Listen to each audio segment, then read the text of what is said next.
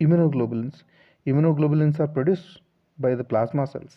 It is composed of 4 polypeptide chains linked by disulfide bonds. There are 2 heavy chains which are denoted by H and 2 light chains which are denoted by L. Each light chain lies parallel to the terminal portions of heavy chain. There are 2 areas, FAB for antigen binding and FC for complement binding. Terminal portions of both heavy and light chains are called variable segment. Specificity of each antibody is due to the specific amino acid pattern of variable antigen. This is the diagram showing antibody. So these are the 2 heavy chains and these are 2 light chains, and these are variable regions where it is for antigen binding, and these are the constant regions which are meant for complement and macrophage binding. There are 5 basic types of classes. IgG, it is the most abundant antibody present in our body. It can pass through placental barrier and it provides natural passive immunity. They serve as opsonins and promotes phagocytosis of bacteria.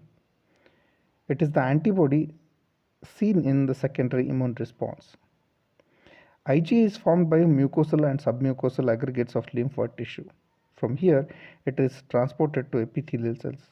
This provides effective defense mechanism in mucosa of alimentary canal, lungs, and genitourinary tracts.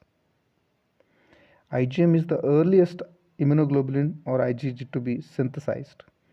It activates complement system. They are predominantly produced in primary immune response.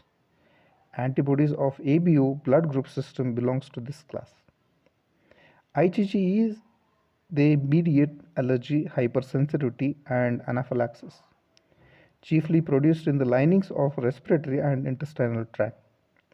They release the histamine from basophils and mast cells. The last one, IgD, is present on the surface of B lymphocytes and therefore they are involved in antigen recognition. Mechanism of antibody action. The antibody exerts its action by 2 mechanisms, by direct and indirect. Indirect action mainly is by activation of complement system. Direct action. The antibodies are the multiple antigen sites on invading organisms. So antibodies can activate the invading agent in one of the following mechanisms. They may lead to agglutination, that is, antibodies bind with antigen to form a clump. They may lead to precipitation, that is, molecular complex of antigen and antibodies becomes so large that it is rendered insoluble and it precipitates. They have a neutralization property, that is, antibodies cover toxic sites of antigenic agents and make it non-toxic. They may lead to lysis. Antibodies attack on the cell membrane of foreign organisms and cause destruction of the organism or the lysis. Antibody enhances the opsonization and hence it facilitates the phagocytosis. Some of its indirect actions are it is through the activation of complement system. It is a system about 20 proteins. Normally these are present in blood and tissue spaces and are inactive.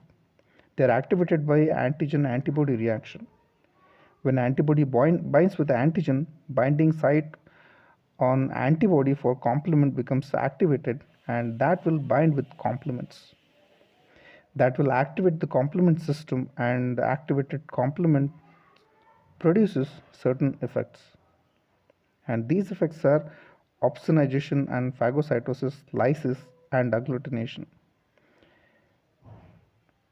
Opsonization and phagocytosis. Activated complement C3b strongly activate phagocytosis by neutrophils and macrophages. These neutrophils and macrophages phagocytosize foreign antigen or foreign bacteria. Second one, they lead to lysis. One of the most important product of complement cascade is the lytic complex, which is a combination of multiple complement factors C5, C6, C7, C8 and C9. It directly causes lysis of foreign organism. They may lead to agglutination. The complement product changes the surface of invading organism and causes them to adhere to one another or agglutination. They may also lead to neutralization, that is, the activated complements attack the structure of some viruses and make them non-virulent or non-toxic. It leads to inflammatory changes, that is, the increased local blood flow, capillary leakage of proteins into interstitial space, coagulation of these proteins.